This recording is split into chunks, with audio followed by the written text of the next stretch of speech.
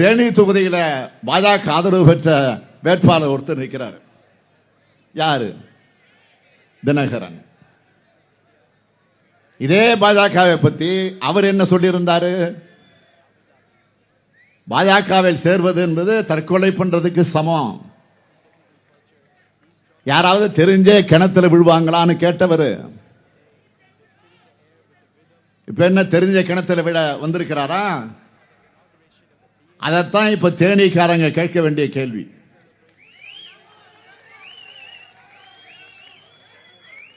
அது மட்டுமல்ல, இன்னும் பேசி இருக்காரு. டெல்லியில வேணும்னா பெரிய கட்சியா ஆளுங்கட்சியா பாஜக இருக்கலாம், ஆனா தமிழ்நாட்டில் அதுக்கு என்ன இருக்கு? நோட்டாவோட போட்டி போடக்கூடிய கட்சி தான் பாஜக சொன்னவர் தான் இந்த தினகரன். அவரை பார்த்து நீங்க கேட்கணும், இன்று நோட்டாவோட போட்டி போட தேனிக்கு வந்திருக்கீங்களா அப்படின்னு கேட்கணும். நீங்க இல்ல உங்க வழக்கில இருந்து காப்பாத்திக்க வந்திருக்கிறீங்களா? நான் போன கூட்டங்கள்ல சொன்ன மாதிரி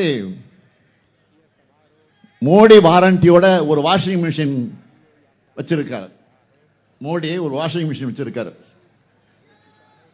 அதுல ஊழல்வாதிகளை உள்ள அனுப்புனா அவங்க சுத்தமாக வெளியில வந்துருவாங்க. அது made in BJP washing machine.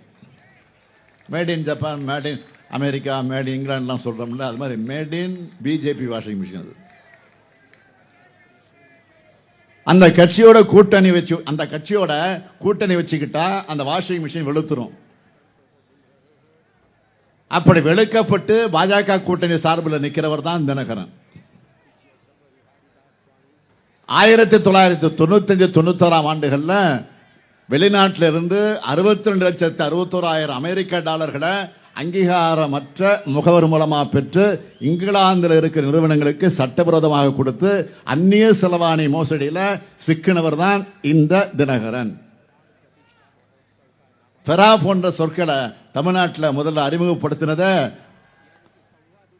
அதற்குரிய பெருமைக்குரியவர் யாருன்னு கேட்டீங்கன்னா தினகரனுக்கு தான் உண்டு.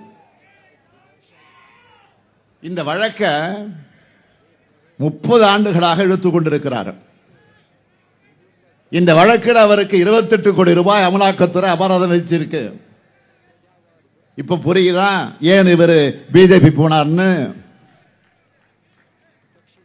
அது மட்டுமல்ல, அம்மையார் மறையும் வர போயஸ் கார்டனுக்கு நுழைய முடியாம தடை செய்யப்பட்ட ஒரு பட்டியலில் இருந்தவர் தினகரன். காரணம் என்ன?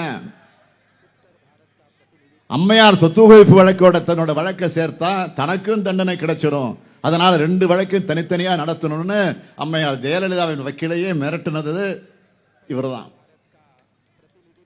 அதனால அங்கிருந்து விரட்டப்பட்டார். கடைசியா ஜெயலலிதா மறைவுக்கு பிறகு சசிகலாவால் கட்சிக்குள் சேர்க்கப்பட்ட தினகரன் தான் இப்போ வழக்குகளுக்கு பயந்து சந்தர்ப்பவாத கூட்டணி அமைச்சு மோடி வாஷிங் மிஷின் மூலமா தேனிக்குள்ள நுழைந்திருக்கிறார்.